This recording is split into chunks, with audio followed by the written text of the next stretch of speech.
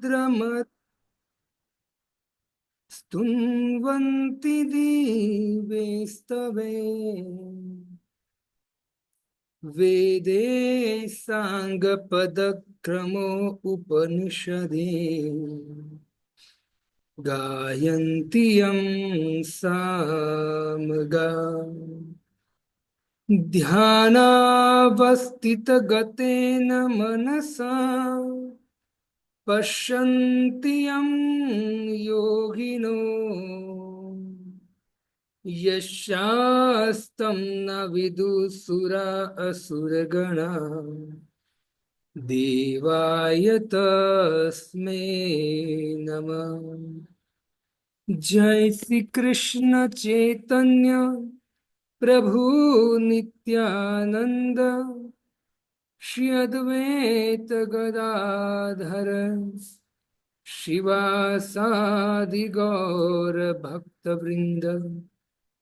हरे कृष्णा कृष्णा कृष्णा हरे हरे हरे राम राम राम हरे हरे। हरे कृष्णा कृष्णा कृष्णा हरे हरे हरे राम राम राम हरे हरे। श्रीमद् भागवतम स्कंद 1 अध्याय 3 श्लोक क्रमांक 44।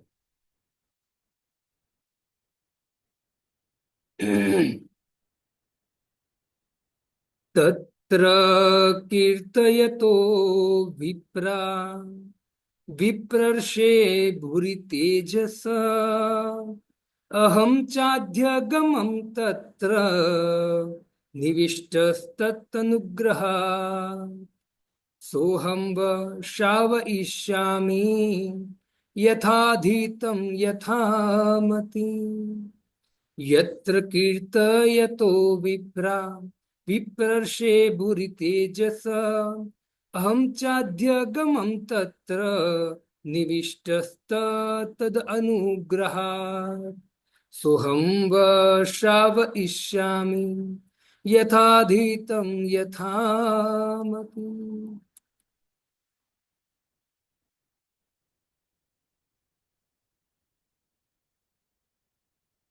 अनुवाद। हे विद्वान ब्राह्मणों, जब सुखदेव गोस्वामी ने वहां पर महाराज परीक्षित की उपस्थिति में भागवत सुनाया तो मैं अत्यंत ध्यान पूर्वक सुना और इस तरह उनकी कृपा से मैंने उन महान शक्ति संपन्न ऋषि से भागवत सीखा। अब मैं तुम लोगों को वही सब सुनाने का प्रयत्न करूंगा। तो मैंने उस उनसे सीखा जो मैंने उनसे सीखा तथा जैसा मैंने आत्मसात किया है। हरे कृष्ण। तो सभी भक्तों का हार्दिक स्वागत है। तो पिछले श्लोक में हमने श्रवण किया,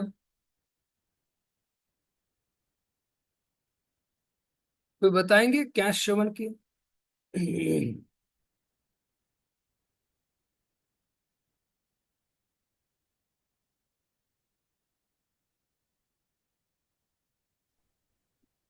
हरे कृष्णा प्रभु जी।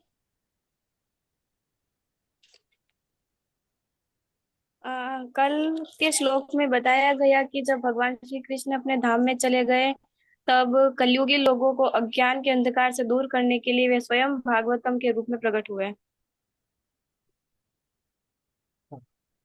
कृष्ण स्वधाम उपगति, भगवान अपने धाम में गए तो ज्ञान धर्म वो सब किसकी शरण में चला गया?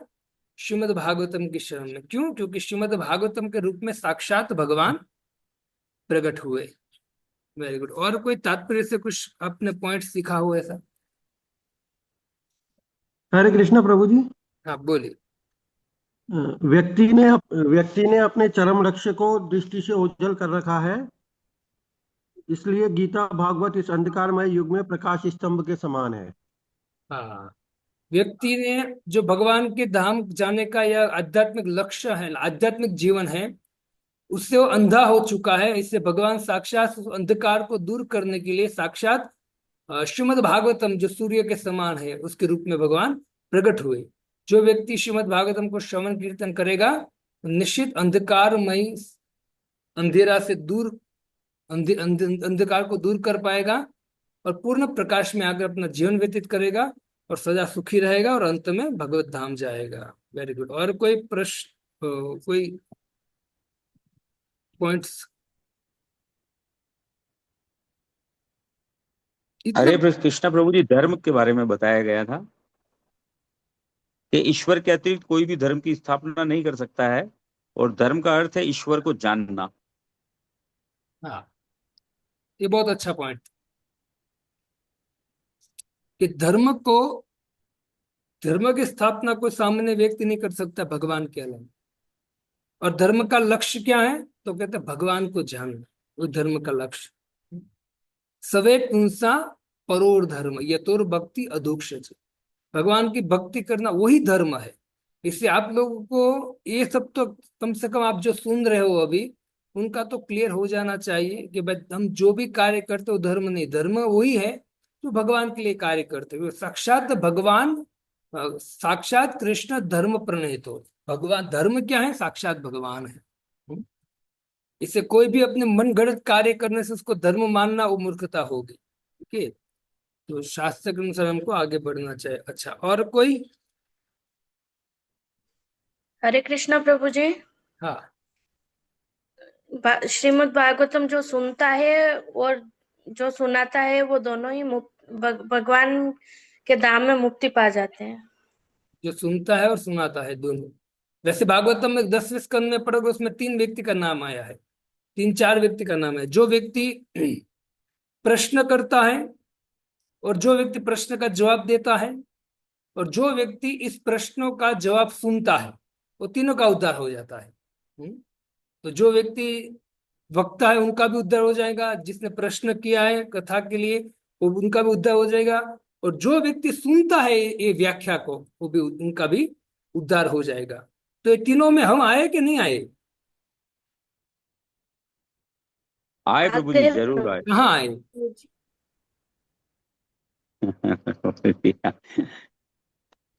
प्रभु जी, अभी हम श्रवण कर रहे हैं अभी। प्रश्न किसने किया है? परीक्षित महाराज ने। ठीक है, जवाब कौन दे रहा है?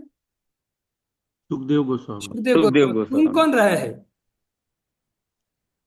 सूत सूत आदि 86,000 ऋषि। हम सब सुन रहे हैं, समझे? हम तो हाँ उसमें आ गए, हम श्रोता में आ गए। ठीक है, हाँ, हम तीनों श्रोता का हैं। उद्धार निश्चित है। ये भागवतम के 10वें स्कंद में लिखा है। आइए आगे बढ़ते हैं। अब लास्ट श्लोक है, तीसरे अध्याय का लास्ट श्लोक है, उसको हम आज श्रवण करेंगे। यहाँ कहते हैं सुत गोस्वामी के तत्र कीर्तयतो विप्रा, वहां कीर्तन करते हुए विप्र, हे ब्राह्मणों, विप्र ऋषि उस जगह पर कीर्तन कर रहे थे। कौन कर रहे थे? विप्र ऋषि। हे ब्राह्मणों, वहां कीर्तन कर रहे थे। कौन कीर्तन कर रहे थे? तो कहते विप्र ऋषि, है ना। भूरी तेजस, और क्या थे? तो बोले परम शक्तिशाली थे। वो कीर्तन कर रहे थे। किसकी बात हो रही है तो बताइए? 88,000 ऋषियों की प्रभु जी। हाँ, और किसकी बात हो रही है? परीक्षित परीक्षित महाराज जी की। नहीं, आप परफेक्ट जवाब दीजिए। परफेक्ट, ये पूरी लाइन का परफेक्ट क्या अंदाजा था? वह कीर्तन कौन कर रहा था? विप्रा किसको संबोधन कर रहे हैं? विपर्षी किसको बोल रहे हैं? और महाशक्तिशाली किसको बोल रहे? तेजस्वी किसको बोल रहे हैं? सुखदेव गोस्वामी को। हाँ, कौन बोल रहा है?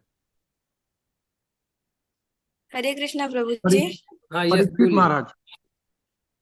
वहां पर कीर्तन सुखदेव गोस्वामी कर रहे थे, और हाँ। विप्र वहां पर अनेक जैसे नारद मुनि सुत गोस्वामी थे, हम्म। और तेजस्वी परीक्षित महाराज थे। चलो मैं आपको समझा दो, ध्यान से सुनिए। अब मुझे एक बात तो बताइए, ये श्लोक कौन बोल रहा है और किसको सुना रहा है? सूत गोस्वामी बोल रहे हैं प्रभु जी। किसको ये सुना रहे हैं? गोस्वामी परीक्षित परीक्षित महाराज के। ए माता जी, शौनक आदि ऋषि मुनि नहीं को। नहीं, 88,000 ऋषि मुनियों को प्रभु जी। सूत गोस्वामी भी 3 अध्याय हो अट्ठाईस। चुके हैं, इतना तो आपको पता होना ही चाहिए। ये कथा सुत गोस्वामी नैमिषारण्य में 88,000 ऋषि मुनि को सुना रहा है, इतना तो पता होना ही चाहिए, है ना? तो अब सुनिए ध्यान से, तत्र कीर्त है, तो अब सुत गोस्वामी बोल रहे हैं कि तत्र कीर्त, ये तो विप्रा है, विप्रा है ऋषि मुनियों, 88,000 ऋषि मुनि बैठे हैं, उनको कह रहे हैं, हे विप्रा, तत्र वहां कीर्तन चल रहा था। अच्छा, कीर्तन कौन गा रहा था? तो कहते विप्र से, श्लोक में ध्यान दीजिए, विप्र ऋषि कौन गा रहा है? विप्र ऋषि। विप्र ऋषि किसको बोल रहे हैं? कौन कीर्तन कर रहा है वहां? सुखदेव महाराज जी। सुखदेव गोस्वामी। यस, अब ध्यान दीजिए आप कि सुद गोस्वामी अब 88,000 ऋषि मुनियों को कहाँ ले जा रहे हैं? तो कहते हैं नैमिषारण्य में शुकताल ले जा रहे हैं, जहां परीक्षित महाराज सुखदेव गोस्वामी बैठे हैं, वहां ले जा रहे हैं और कह रहे हैं कि हे 88,000 विप्रो, तत्र कीर्तन, तो वहां कीर्तन चल रहा था। कौन कीर्तन कर रहा था? विपर्षे, विप्रर्षे, मतलब सुखदेव गोस्वामी कीर्तन कर रहे थे भागवतम का। और कैसे थे सुखदेव गोस्वामी? तो कहते भूरी तेजस, तेजस्वी, शक्तिशाली है वो, है ना? तो ये जो सुद गोस्वामी हैं वो अब संबोधन कर रहे हैं सुखदेव गोस्वामी को कि हे विप्रो, ध्यान से सुनिए, वहां कीर्तन चल रहा था, सुखदेव गोस्वामी भागवतम गा रहे थे, शक्तिशाली थे। अहम चाद्य गमम तत्र, और मैं वहां बैठा था। देखो दूसरी लाइन में, अहम चाद्य गमम तत्र, वहां मैं बैठा था। निविष्ट तत्व अनुग्रहात, और मैंने पूर्ण रूप से निविष्ट, निवेश होकर, एकाग्र चित्त से, तत् अनुग्रहात, मैंने उनका अनुग्रह प्राप्त किया, मैंने कथा उनकी कृपा से श्रवण किया। मैं किसके मुख से श्रवण किया? सुखदेव गोस्वामी के मुख से। तो यहाँ सुद गोस्वामी कह रहे हैं कि हे विप्रो, हे 88,000 ऋषि मुनियों, जब सुखदेव गोस्वामी कथा श्रवण करा रहे थे, तब मैं परीक्षित के साथ महाराज के पास बैठा था। अहम चाद्य गमम तत्र, मैं वहां बैठा था, गमम मतलब वहां बैठा था मैं, और मैं समझ सकता हूं। तत्र निविष्ट तत् अनुग्रहात, और उनके अनुग्रह से, उनकी कृपा से जो भी उसने श्रवण किया, कराया, और मैंने ध्यान पूर्वक एकाग्र चित्त से मैंने वो सुना। और फिर कहते हैं सो अहम व शाव इष्यामि, और जो मैंने सुखदेव गोस्वामी से सुना है वही मैं शाव इष्यामि, मैं आपको सुनाऊंगा। सुनिए कितनी सुंदर बात कहते हैं 88,000 ऋषि मुनियों, सुनिए, मैं आपको वही, आप जो जिज्ञासा कर रहे हो भगवान की कथा श्रवण कराने का, सुनने का, तो मैं आपको वही श्रवण कराऊंगा जो कीर्तयंतो विपर्षे, जो सुखदेव गोस्वामी ने कीर्तन किया था भागवतम का, और मैंने अहम चाद्य गमम तत्र, मैं वहां बैठकर सुन रहा था। निविष्ट तत् अनुग्रह, ध्यान पूर्वक एकाग्र चित्त से मैंने सुना है, और जो मैंने सुना है वही मैं आपको श्राव इष्यामि, मैं आपको श्रवण कराऊंगा। देखो भक्तों, ये संस्कृत भी सीखना बहुत जरूरी है। खाली हम अनुवाद में पढ़े रहेंगे, क्योंकि बहुत लोग ऐसे हैं जिसने भागवतम में अनुवाद लिखे हैं अपनी बुद्धि से। तो अगर आप संस्कृत का ज्ञान नहीं रखोगे, थोड़ा बहुत नहीं सीखोगे भक्तों से, तो होगा क्या कि जब हम कोई गीता भागवतम, कोई व्यक्ति ने टीका लिखा है, उसका अनुवाद पढ़कर हम उसकी बात मान लेंगे? नहीं, हमको बुद्धिमान बनना चाहिए। इस संस्कृत के श्लोक जो है, जो वेदव्यास जी के मुख से निकले हैं, और एज इट इज हमको उनको सीखने का प्रयत्न करना चाहिए, और नम्र भाव से।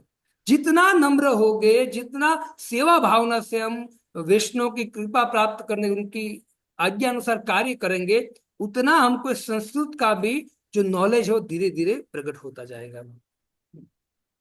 तो बहुत जरूरी है। तो यहाँ कहते यथाधीत यथामति, है ना? मैं आपको अपने, मैंने जितना सुना है, जितना समझा है, जैसी मेरी मति है, उस अनुसार मेरे अनुभव के द्वारा मैं आपको श्रवण कराऊंगा। ऐसा नहीं बोला कि जो सुखदेव गोस्वामी ने कहा है वो हम पूरा हम आपको श्रवण करेंगे, ऐसा नहीं बोला। उसने अपनी नम्रता दिखाई सुत गोस्वामी ने। यथा धीतम यथा मति, जैसी मेरी बुद्धि है और जैसी मेरी बुद्धि से मैं समझ सका हूं। सुखदेव गोस्वामी ने तो पूर्ण रूप से समझाया है, लेकिन जैसी मेरी बुद्धि है ऐसा मैं समझा हूं, और ऐसा ही मैं आपको श्रवण करा सकता हूं। लेकिन मैं श्रवण वही कराऊंगा जो विप्र से, जो सुखदेव गोस्वामी ने गाया है। इससे आप भी यदि प्रचार करो ना, तो हमें भी क्या करना है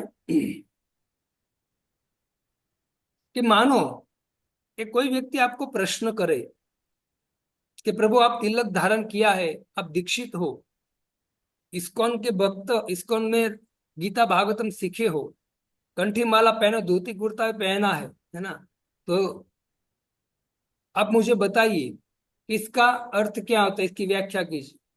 तो अगर वैष्णव की कृपा से, गुरु की कृपा से हमको यदि ये व्याख्या आती है करना कि नहीं, इनका मैं परफेक्ट जवाब दूंगा, मुझे पता है, तो पहले हमको क्या बोलना चाहिए? तुरंत हमको कोई भी कोटेशन देते समय क्या बोलना चाहिए कि भगवान ने गीता में ये कहा है, सुखदेव गोस्वामी ने भागवतम में कहा है, प्रभुपाद जी ने तात्पर्य में कहा है। ठीक है, तो कोटेशन किसका देना चाहिए? ये आचार्यों का देना चाहिए। कभी ऐसा नहीं बोलना चाहिए कि मैं ऐसा कह रहा हूं, नहीं, हमारा कोई अनुभव नहीं। हमको सदा क्या बोलना है? सुखदेव गोस्वामी, प्रभुपाद जी, आचार्य विश्वनाथ चक्र ठाकुर, रूप गोस्वामी, सनातन गोस्वामी, वो लोग क्या बोल रहे हैं, और उनसे हम सीखे हैं। इससे कभी भी हमें ये जो हम ज्ञान दे रहे हैं उसके, उस कागज पर अपने आप अपना दस्तखत नहीं करना चाहिए। हमको दस्तखत कभी हमारा नहीं होना चाहिए, हमको दस्तखत कराना चाहिए आचार्यों से कि आचार्य कहते हैं। जब इस भाव से हम श्रवण करेंगे कि कृपा है वैष्णव की, वरना मेरी कोई औकात नहीं है कि मैं समझ सकूं भागवतम, इस संस्कृत के शब्द, मेरी कोई ऐसी हैसियत नहीं है, लेकिन वैष्णव की कृपा है कि उनके मुख से मैं श्रवण किया है, श्रवण कर रहा हूं या कर रही हूं, तो उनकी कृपा से मैं कुछ समझ समझ पा रहा हूँ, समझ पा रही हूँ। बस इस आर्त भाव से जब हम श्रवण कीर्तन करते ना, तो अंदर भक्ति का उदय होता है भक्त। वरना ज्ञान रहेगा, वो खाली जानकारी रहेगी, ज्ञान नहीं होगा।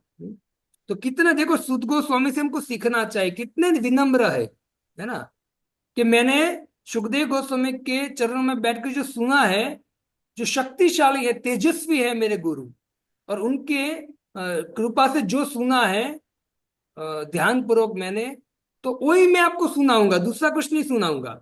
और जैसी मेरी मति, जैसी बुद्धि, जैसा मैंने ग्रहण किया, ऐसा ही सुनाऊंगा, है ना। कोई अपना मिक्स मसाला नहीं मिक्स करूंगा, है ना। मतलब सिद्धांत में गड़बड़ नहीं होनी चाहिए। आप कोई उदाहरण दे सकते हो भौतिक संसार का, लेकिन सिद्धांत में गड़बड़ी कभी नहीं होनी चाहिए। याद रखना, ये भूलना मत कभी। आप कोई गीता भागवतम से कोई व्याख्यान कर रहे हो, तो आपको सिद्धांत में गड़बड़ी नहीं करनी है कभी भी। सिद्धांत वही बोलना है जो भगवान ने दिया है, सिद्धांत वही बोलना है जो प्रभुपाद जी आचार्य ने दिया है। सिद्धांत में कभी कभी अपने मन में नहीं, मन में आए वो सिद्धांत नहीं देना है, सिद्धांत वही देना है। हाँ, कोई संसार का उदाहरण हम दे सकते हैं, तब जाके हम, हमारी बुद्धि खुलेगी और हम ये सुंदर श्रीमद् भागवतम को एज इट इज समझ सकेंगे। ठीक है, तो अनुवाद तो वही है, फिर भी पढ़ लेता हूं मैं अनुवाद। हे विद्वान ब्राह्मणों, जब सुखदेव गोस्वामी ने वहां पर महाराज परीक्षित की उपस्थिति में, अब देखिए आप जवाब नहीं दे पा रहे थे मुझे, लेकिन अनुवाद तो ऑलरेडी मैं पढ़ चुका था आपके सामने। भागवत सुनाया तो मैंने अत्यंत ध्यान पूर्वक सुना, और इस तरह उनकी कृपा से मैंने उन महान शक्ति संपन्न ऋषि से भागवत सीखा। अब मैं तुम लोगों को वही सब सुनाने का प्रयत्न करूंगा जो मैंने उनसे सीखा तथा जैसा मेरे आत्मसात किया है। तो आपको ये श्लोक समझ में आ गया? जी प्रभु जी। जी।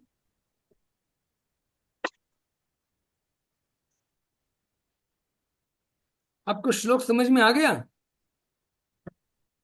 जी प्रभु जी। दो तीन लोगों को आ रहा है, दूसरा तो सबको बोलना चाहिए अगर समझ में आ रहा है तो। अगर न समझ में आया तो दूसरी बार व्याख्या करूं मैं। ठीक है, नहीं जी प्रभु जी, आगे। ठीक। जी प्रभु जी, आगे करो। वो ज्यादा मैं पूछूंगा तो आप लोग बोलेंगे प्रभु जी आपको बोलना है तो बोलिए, वरना हम जा रहे हैं, ऐसा वैसे। नहीं प्रभु जी। इससे मैं ज्यादा नहीं पूछूंगा। ठीक है, आपको, आप को समझ में आ गया होगा, एकदम इजी है। तो हम जो भी सुनते हैं और जिसने हमको सुनाया है उनका कोटेशन देते हुए हमको कहना चाहिए कि इनसे मैंने सुना है, वही मैं आपको श्रवण कराऊंगा। बाकी भगवान की और गुरु वैष्णव की कृपा है कि हम कुछ बोल पा रहे हैं। बाकी हम हाड़ मास के पुतले हैं, बहुत सारे पाप किए हैं, हम क्या बोल पाएंगे। लेकिन जब वैष्णव कृपा करते हैं ना, तो है ना, लंगड़ा भी पर्वत को लांग जाता है। ठीक है, अब तात्पर्य पढ़ेंगे। तो तात्पर्य कौन पढ़ेगा? पढ़िए, कौन हरे शुरुआत? कृष्ण प्रभु जी। हाँ, यस। यदि किसी ने सुखदेव गोस्वामी जैसे स्वरूप सिद्ध महात्मा से भागवत सुना है तो उसे भागवत के पृष्ठों में भगवान श्री कृष्ण के प्रत्यक्ष दर्शन हो सकते हैं। देखिए, इतना सुंदर बात कहा है। सुखदेव गोस्वामी जैसे स्वरूप सिद्ध महात्मा से भागवतम श्रवण करोगे, जो भगवान के भक्त है शुद्ध, तो क्या होगा? आपको प्रत्यक्ष भगवान का दर्शन हो सकते हैं। देखो कितनी बड़ी बात बोल दी। पढ़िए आगे। लेकिन यदि कोई चाहे कि वह किसी ऐसे व्यर्थ के किराए के कथावाचक से भागवत सीख सकेगा जिसके जीवन का उद्देश्य ऐसे कथावाचन से कुछ धन कमाकर उसे विषय भोग में लगाना है, तो वैसा संभव नहीं है। ओके। तो मैं आपको एक प्रश्न, जो व्यक्ति मैं आपको एक बात बता चाहूंगा कि आप लोग, जितने भी लोग जुड़े हुए, निवेदन है कि तात्पर्य आप ध्यान पूर्वक सुनेंगे। ठीक है, फिर मैं व्याख्या करूंगा। ठीक है, ये लाइन आप वापस बोल सकते हैं मनीष प्रभु। लेकिन यदि कोई चाहे कि वह किसी ऐसे व्यर्थ के किराए के कथावाचक से भागवत सीख सकेगा जिसके जीवन का उद्देश्य ऐसे कथावाचन से कुछ धन कमाकर उसे विषय भोग में लगाना है, तो वैसा संभव नहीं है। हाँ, मतलब क्या संभव नहीं है? कोई मुझे दूसरा व्यक्ति बताए, ये क्या समझे इस तात्पर्य में? आप ये जो भी पढ़ा मनीष प्रभु ने, उसे आप क्या सीखे? कोई दूसरा बताए मुझे। हरे कृष्ण प्रभु जी। जो बोलिए। जिनका उद्देश्य पैसे कमाना है और वो कथा वाचन करते हैं, तो उनसे हमें वो लाभ नहीं मिलेगा जो सुखदेव गोस्वामी या किसी अ, शुद्ध भक्त जो आचरण करता है उससे सुनने से मिलेगा। हाँ, यस, वेरी गुड। मतलब जो सुखदेव गोस्वामी आदि जो संत है, उनसे सुनने से जो लाभ मिलेगा, मतलब क्या लाभ मिलेगा लिखा है आगे, क्या लिखे मिलेगा लाभ? भगवान भगवान के दर्शन हो सकते हैं। हाँ, प्रत्यक्ष दर्शन हो सकते हैं। लेकिन जो व्यक्ति अपने जेब भरने के लिए, पैसे के लिए, मान सम्मान के लिए, वो यदि धन के लिए अगर कथा पढ़ रहा है, तो ये बात कभी संभव नहीं है। न तो आप में भक्ति प्रकट होगी, दर्शन की तो बात छोड़ो, भक्ति भी प्रकट नहीं होगी, कोई भाव भी प्रकट नहीं होगा। इसे ऐसे व्यक्ति से सुनना चाहिए नहीं। पढ़िए आगे। तो वैसा जो व्यक्ति काम भोग में लगे हुए मनुष्यों का संग करता है वह श्री भागवतम सीख नहीं सकता है। हाँ। अगर भागवत के समझ संगति ठीक नहीं है आपकी, और जो व्यक्ति संसार की कामनाओं में फंसा हुआ है, और ऐसे ऐसे व्यक्ति जो होता है, उसका संग करोगे, तो व्यक्ति कभी भी भागवतम सीख सकेगा नहीं। तो आप लोग भागवतम अगर सीखना चाहते हो तो क्या करना चाहिए? ऐसे व्यक्ति का संग नहीं करना चाहिए। अगर सामने आए, आपकी पहचान है पहले की, तो कोई बात नहीं। सामने आए तो हरे कृष्ण बोल के, जो भी है, 2 2 मिनट 5 मिनट जो भी बात करके तुरंत निकल जाओ। ज्यादा उनको टाइम नहीं देना चाहिए, उनकी बात को कभी अपने कान में नहीं डालना चाहिए, ऐसे कामी व्यक्ति, वरना भागवतम कभी आप सीख नहीं पाओगे, ये प्रभुपाद जी कहते हैं। ओके, बढ़िए आगे। भागवत के समझने का यही रहस्य है। न ही ऐसे व्यक्ति से भागवत समझा जा सकता है जो अपने संसारी पांडित्य से भागवत की व्याख्या करता हो। यदि कोई भागवत के पृष्ठों में श्री कृष्ण का दर्शन करना चाहता है तो उसे सुखदेव गोस्वामी के किसी प्रतिनिधि से भागवत समझना होगा, अन्य ओके, किसी से नहीं। हाँ, ओके ओके, समझे आप? तो ये यहाँ कहते हैं कि अगर भागवतम जो आपके सामने भागवतम होगा, उसमें डायरेक्ट आपको भागवतम भगवान का दर्शन करना है, तो आपको ऐसे शुद्ध भक्तों से श्रवण करता रहना चाहिए धीरे धीरे। तो समझ में भी आएगा, और जितना समझ में आएगा उतना ही आपको अनुभूति, आत्म साक्षात्कार होता जाएगा धीरे धीरे। लेकिन यदि दूसरे जो व्यक्ति पैसे के लिए या मान सम्मान के लिए जो भी है कथाकथित कथाकार है उसे सुनोगे आप, हो सकता है आपके मन को बहला दे वो कीर्तन, मतलब ढोलक मंजीरा जो भी है उसे, लेकिन यदि व्याख्या सही नहीं है उनकी, भक्त नहीं है भगवान का, पैसों के लिए बैठा है, तो कभी भी ऐसा लाभ नहीं मिलेगा। इसलिए हमको सावधान रहना चाहिए। ओके, और कोई पढ़िए, दूसरा कोई भक्त।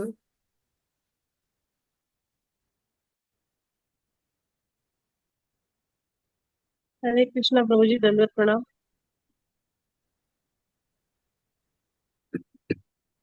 हरे कृष्णा प्रभु जी। अरे माता जी पढ़िए आप, हम वेट क्यों कर, फटाफट पढ़ना चालू कर देना है, टाइम नहीं है हमारे तो पास। उसे जी तो उसे शील सुखदेव गोस्वामी की किसी प्रतिनिधि से ही श्रीमद् भागवतम समझना होगा, अन्य किसी से नहीं। यही एकमात्र विधि है तथा इसका अन्य कोई विकल्प नहीं है। शील सुख गोस्वामी शील सुखदेव गोस्वामी के प्रामाणिक प्रतिनिधि हैं, क्योंकि वे उस संदेश को प्रस्तुत करना चाहते हैं जिसे उन्होंने विद्वान ब्राह्मण से प्राप्त किया था।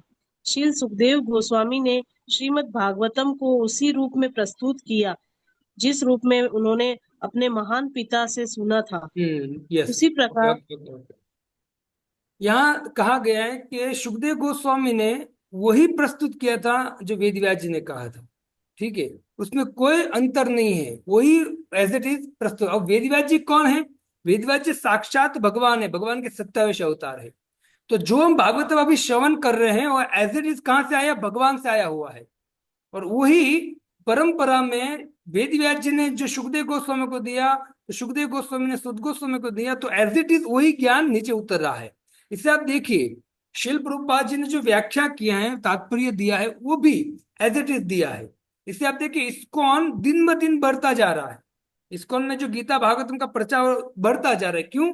क्योंकि प्रभुपाद जी जैसे एकदम 100% शुद्ध भक्तों ने तात्पर्य लिखे हैं। और तात्पर्य को पढ़ते विदेशी लोग भी अपने जीवन को परिवर्तन कर रहे हैं, जिसको कृष्ण के बारे में गीता के बारे में कुछ पता ही नहीं है ऐसे। क्यों? क्योंकि वास्तव में एज इट इज चीज दिया जाता है।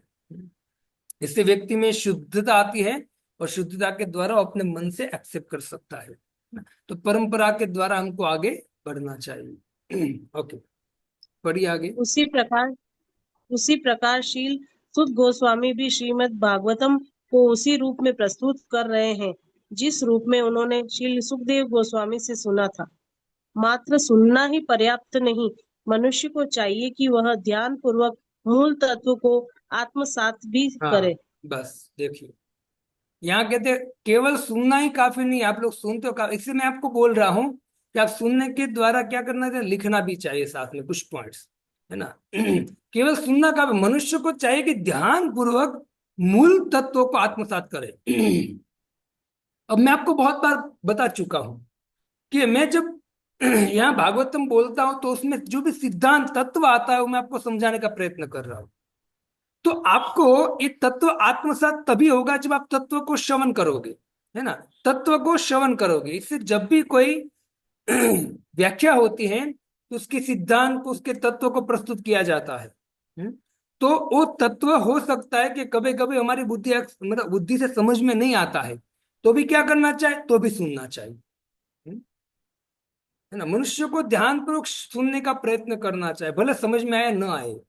जब तक तत्व को आत्मसात नहीं करेंगे तब तक आप कितनी भी कथा श्रवण करो, ध्रुव, प्रहलाद, अनेक कथा है और सबकी कथा श्रवण करो, लेकिन अगर तत्व आप नहीं समझो, आत्मसात नहीं करो तत्व को, है ना। इसे भगवान क्या कहते हैं भगवत गीता में? 9 पॉइंट नहीं, 4.9, किसी को पता है?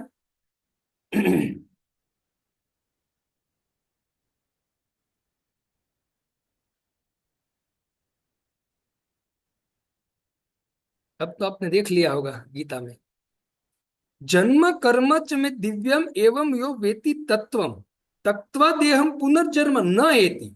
जो व्यक्ति मेरे तत्व को जान लेगा वो पुनर्जन्म न एति, उसका पुनर्जन्म नहीं होगा। तो कहाँ जाएगा? माम एति, वे धाम में है। तो भगवान, इससे यहाँ प्रभुपाद जी भगवान के शब्द दोहरा रहे हैं कि ध्यान पूर्वक मूल तत्व को आत्मसात करना चाहिए, खाली सुनने से सुनना काफी नहीं है। और एक आत्मा जो तत्व है, तत्व को आत्मसात करना है तो याद रखना कलयुग में आत्मसात करना है तत्व को, तो एक ही प्रयत्न से होगा, वो है भक्तों की कृपा। बाकी ये तत्व मूलत अंदर जाने वाले नहीं है। इसे भक्तों की कृपा से ही सब कुछ समझ पाएंगे, क्योंकि हमारा परंपरा है वो साधन साधन कृपा से हम आगे नहीं बढ़ पाएंगे। हम बढ़ पाएंगे भक्त कृपा से हम आगे बढ़ पाएंगे। ओके, और कोई पढ़ना चाहेंगे, कोई भक्त?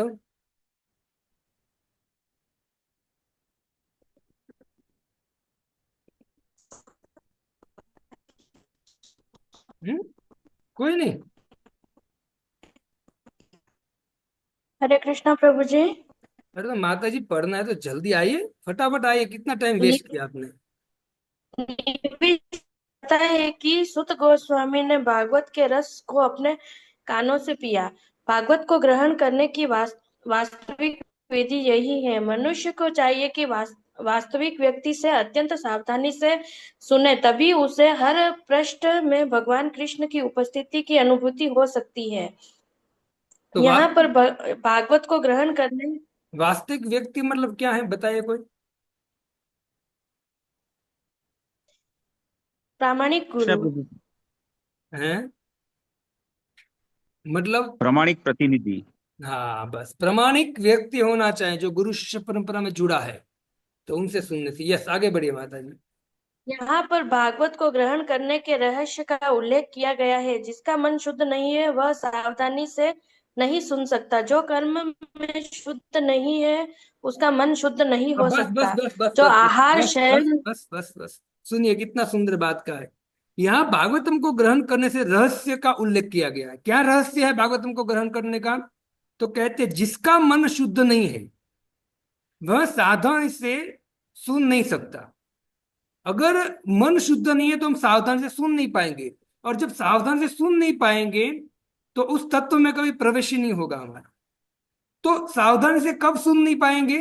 तो कहते हैं जो कर्म से शुद्ध नहीं है। यदि आपके कर्म शुद्ध नहीं है तो आप सावधान, अजय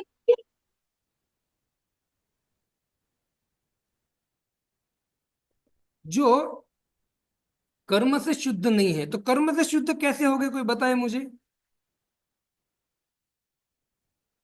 मन की शुद्धि द्वारा कर्म में शुद्धि आएगी। कर्म यहाँ लिखा है कि जो कर्म में शुद्ध नहीं है उसका मन भी शुद्ध नहीं है, ठीक है। तो कर्म की शुद्धि कब आएगी? आहार से, और जब भगवान की आहार सेवा से।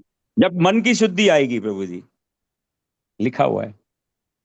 नहीं, फिर भी कर्म हरे की कृष्ण। शुद्धि, कर्म में शुद्धि नहीं, तो कर्म की शुद्धि कब आएगी? जब हम हरे 4 कृष्ण। नियमों का पालन करेंगे। पर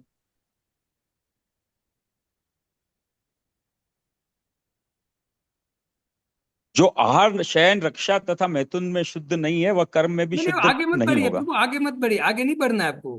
तात्पर्य में, तात्पर्य मैं आगे बढ़ूंगा, आपको आगे जब नहीं बढ़ना है। आप ये जवाब दीजिए, कर्म शुद्ध जब कैसे होगी? जब हम भगवान के लिए कार्य करेंगे। यस, जब हम भगवान के लिए कर्म करेंगे। अब हाथ से जो भगवान की सेवा करते हो, जब भगवान की सेवा करेंगे तब हमारे कर्म शुद्ध हो गए।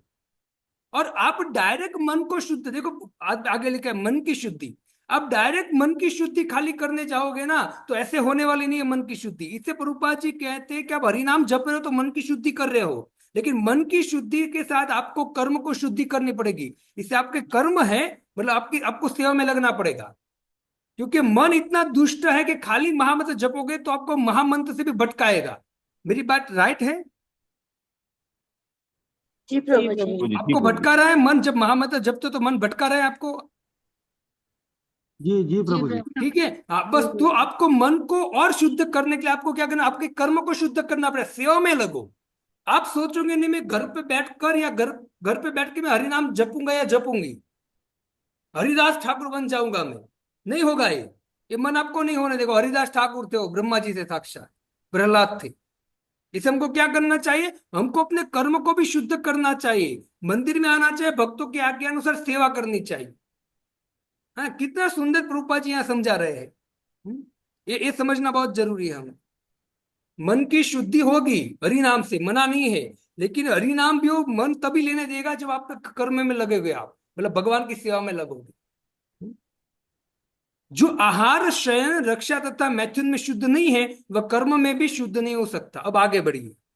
अगर आपको कर्म शुद्ध करना है भगवान की सेवा का, तो आपको आहार शुद्ध करना पड़ेगा, आपका शयन शुद्ध करना पड़ेगा, है ना। रक्षा तथा मैथुन में शुद्ध नहीं है वह कर्म में शुद्ध नहीं रह सकता है।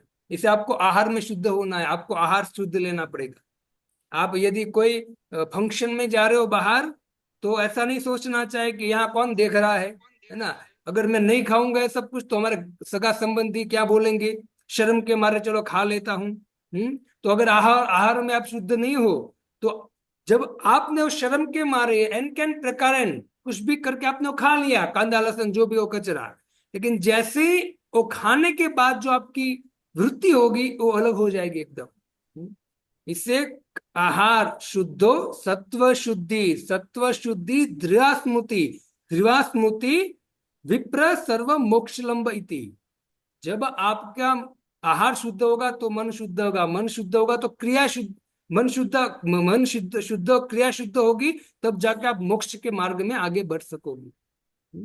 इससे भक्तों अपने कर्म को शुद्ध करो, कर्म को शुद्ध करोगे साथ में मन भी शुद्ध होगा, और मन कर्म तभी शुद्ध हो सकेगा जब आहार में, है ना, आपके मैथुन में शुद्धता आएंगी, शयन में, रक्षा में शुद्धता आएंगी, हर कार्य में शुद्धता लाओगे, तब जाके आपके कर्म और मन दोनों शुद्ध होंगे। और मन और कर्म तब शुद्ध हो जाएंगे जब तब हम इस श्रीमद् भागवतम को सही सही ग्रहण कर पाएंगे। इससे भक्तों खाली सुनने से ग्रहण नहीं होना है, बहुत कुछ होता है, उस सब में आपको शुद्धता लानी पड़ेगी, तब जाके एज इट इज भागवतम को ग्रहण कर पाओगे। और सुखदेव गोस्वामी प्रभुपाद जी कहते इस तरह से भगवान का दर्शन भी कर पाओगे। तो नीचे से अपने आप को ऊपर उठाइए। कभी आप कोई फंक्शन में जा रहे हो, कांदा लहसुन है, तो दृढ़ता रहिए, नहीं खाऊंगा मैं, भले मुझे चपाती और पानी खाना पड़े, नहीं खाऊंगा मैं कांदा लहसुन। ये कचरा खाओ जो तमोगुणी है, जो भगवान की भक्ति में, भगवान के धाम में ले जाना मुझे बाधा दे रहा है, मैं नहीं खाऊंगा।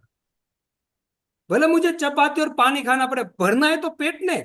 जीवा से जब अंदर उतरता है कोई भी आहार, फिर क्या पता है क्या अंदर उतरा है, तो जीवा ही मांगती है ना। तो कहते रूप गोस्वामी कि जीवार लालसा इति उति धाय, शिष्णोदर पारायण कृष्ण नहीं पाए। जो अपनी जीवा के टेस्ट के लिए इधर उधर भटकता है ना, वो कभी कृष्ण को प्राप्त नहीं कर पाएगा, कृष्ण के तत्व को कभी प्राप्त नहीं कर पाएगा। ये रूप गोस्वामी कहते उपदेशामृत में। कितना सुंदर सुंदर व्याख्या चल रही है यहाँ। इससे भक्तों शुद्ध करना चाहिए।